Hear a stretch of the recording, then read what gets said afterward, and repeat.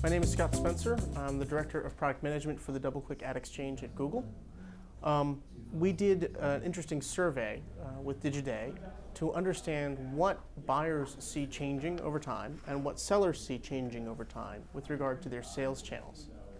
And this was a follow-up to a study that we did also with Digiday about understanding what is going on with real-time bidding.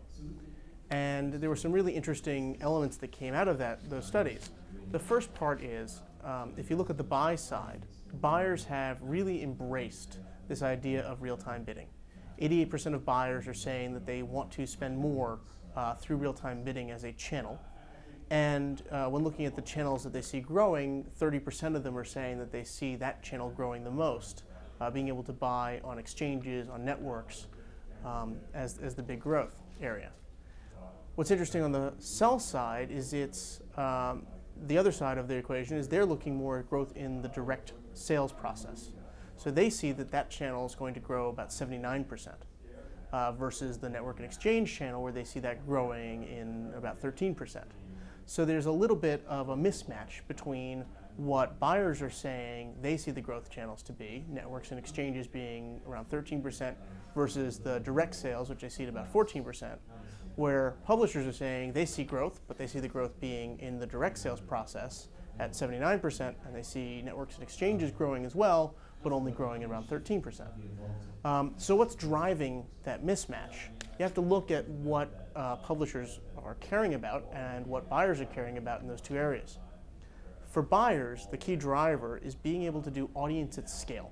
That's what's driving them wanting to buy in networks and exchanges and being enabled by real-time bidding.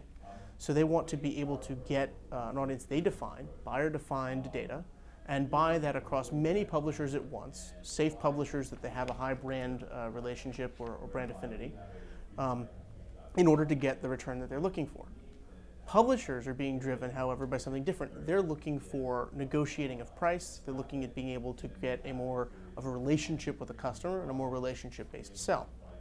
And what this leads to is some changes in technology. The first change in technology was on the buy side, where buyers were looking for something to enable their data to buy on a real-time basis the way that at scale.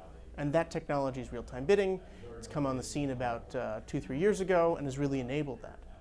On the sell side, however, the technologies are not quite parallel to what exists on the buy side. They still want to do the direct sales process that happens through their traditional ad servers, and they can work through exchanges through SSPs or systems like ours at the Ad Exchange. But what they're looking for is a way to do more of their sales process of direct sales and enabling that real-time bidding buying, that buying on an impression-by-impression basis. And so where we think this is leading to is something that is still nascent today, which is this private exchange concept, but a little bit of a twist on that, which is publishers defining and negotiating with buyers what inventory they're going to offer and the price that they're going to offer it at. So they get their negotiation, they get the ability to control who's buying and control their assets. And on the buy side, the buyer's buying through a real-time bidded channel. So they can use their DSP, they can use their data, and they can buy that way. So we see this, if you look at the drivers of what this mismatch is between expectations of where the growth is, that there's actually a place in the middle. It doesn't mean the other channels go away. Direct is still the dominant channel for how people sell the majority of their revenue, but there are new channels going on in indirect, and we think this is an exciting opportunity to be able to look at what's driving how buyers want to buy, how sellers want to sell, to enable more connections and to basically take out some of the inefficiency of the market. So do you think that these privatized exchanges resolve what seems like a tension between the buy and the sell side?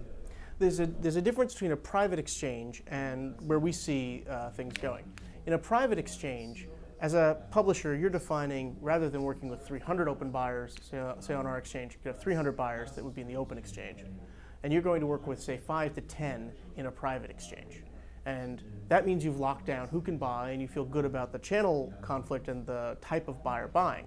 But exchanges are typically still done on an auction basis. So what I've done is taken an auction which had a lot of competition of 300 buyers and made it one with only a competition of 5 to 10 buyers. That takes out any auction pressure. It means that there's no longer competition for my inventory. To solve that, we developed and have in the system the ability to do min CPMs per buyer. And that helps publishers use this channel when it makes sense.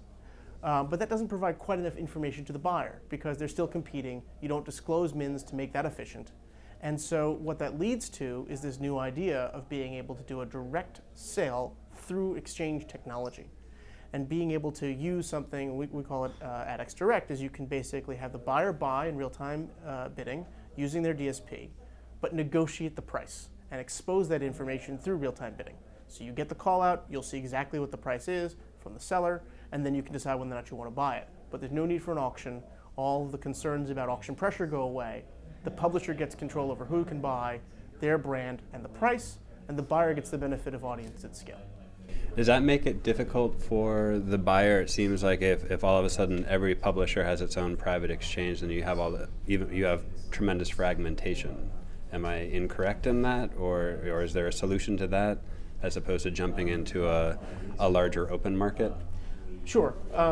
Private exchanges are a little misleading as well. If someone does a completely separate private exchange that requires the buyer to integrate with a separate technology, that can be incredibly inefficient and creates lots of problems. One of the solutions that we have to that is basically within our open exchange, you can create a virtual private exchange. You don't require the buyer to do any additional integration. They don't have to go anyplace else, but the inventory is locked down to only a select number of buyers. So it allows the publisher the benefit of a private relationship, but without any of the inefficiencies of having to go create more technology, have the buyer integrate with something else.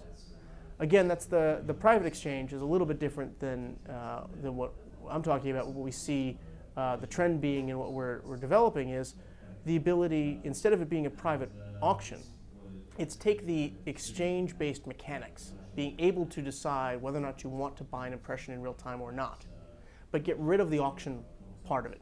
Do something that is at a fixed price. So as a publisher, I say I'd like to sell this to you for $3. I book it as $3 as if it was a traditional sale. But as a buyer, you don't have to buy it. It's not guaranteed, but it's always at $3. And you can use real-time bidding. You can use your existing connections, all the work the DSPs have already done to integrate with our inventory, and just decide to buy that or not at $3. And that opens up new inventory publishers have been concerned about offering because it addresses their concern about who can buy and how do I negotiate the price. The buyers like it because it addresses their concern of being able to buy an audience at scale through a single technology. I don't have to do this 10 times. I can just do it once. And final question, you gave the 2011 State of the Union. What would you hope to be saying in 2012 if you were going to be doing the same thing? What's interesting about our industry is it is continually evolving. The ability to buy impression by impression has been somewhat of a revolutionary change, but it's a technology change. And what we're seeing now is that the business is evolving to catch up to that and embracing what's good about it while not embracing the elements that can be more risky, specifically to the publishers. So looking forward to 2011, I think that there will be a more profound shift towards buying via these mechanisms. That the media spend, buyers have indicated they want to spend more in this channel, that they have intent to spend more. Publishers are comfortable moving it if their needs are met. I think that we're going to move from a testing model, which it's been really through now, until people are actually really executing their buys this way. And that will be a much more profound shift in spend. And what's interesting is that spend should not be at the cost of the direct sales. That spend should be coming in incrementally because I've solved the buyer's problem of being able to really get that audience at scale.